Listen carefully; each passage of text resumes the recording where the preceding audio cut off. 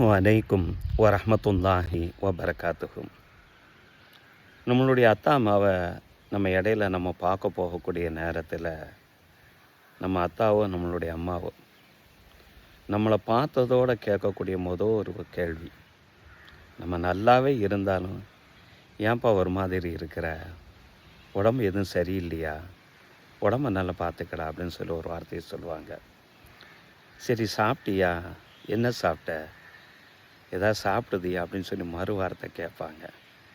சரி எதாவது குடியம்பா, தண்ணி ஏதாவது குடிச்சிட்டு போடா அப்படின்னு சொல்லி அந்த விசாரிக்கக்கூடிய அந்த விசாரணையில் அவ்வளோ இறக்க குணங்கள், கருணைகள் அந்த விசாரணையில் தெரியும். ஆனால் அதே பெற்றவங்களை அவங்க இறுதிக்கட்ட அந்த காலகட்டங்களில் நம்மளில் எத்தனை நபர்கள் ஏம்மா நீ சாப்பிட்டியாமான்னு சொல்லி கேட்கக்கூடிய பக்குவத்துக்கு இருக்கிறோம், ஏதாவது தண்ணி கிண்ணி குடிச்சேன்னு சொல்லி கேட்கக்கூடிய பக்குவத்துக்கு இருக்கிறோம். ஃபோன் கூட பேசுகிறதுக்கு நம்மளுக்கு நேரம் இல்லை. ஆனால் மௌத்தா போனால் மட்டும் ஐஸ் பெட்டியில் வச்சு நான் இறுதியாக ஒரு முகத்தை எதை பாத்திரம் சொல்லிட்டு வந்துடுறோம். எல்லாம் நம்மளை பாதுகாக்கணும். சஹீஹ் முஸ்லீமில் ஒரு ஹதீஸு பதிவு செய்யப்பட்டிருக்கு.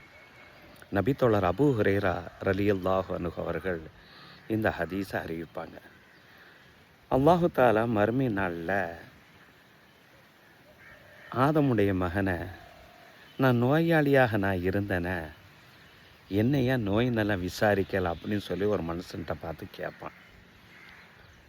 உடனே அந்த மனிதன் சொல்லுவான், நீ அகிலத்தையெல்லாம் படைத்த இறைவன், உனக்கு நோய் வருவதா, உனக்கு நோய் வந்தால் தானே உனக்கு நோய் விசாரிக்க முடியும், நீ தானே நோயை கொடுப்போன்னு, நீ தான் ஷிஃபாவை கொடுப்போன்னு நீ தானே சொல்லி இந்த இடத்துல இந்த நபர் நோயுற்று இருந்தார, அவரை நீ நோய் நல்லா விசாரித்து இருந்தா அந்த இடத்துல என்ன நீ பெற்றுக்கொண்டிருப்பாய் என்று அல்லாஹு தாலா சொல்வானாம்.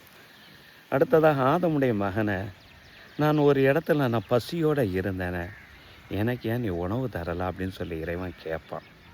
ஏன் விசாரிக்க கூட இல்லைன்னு சொல்லி கேட்பான்.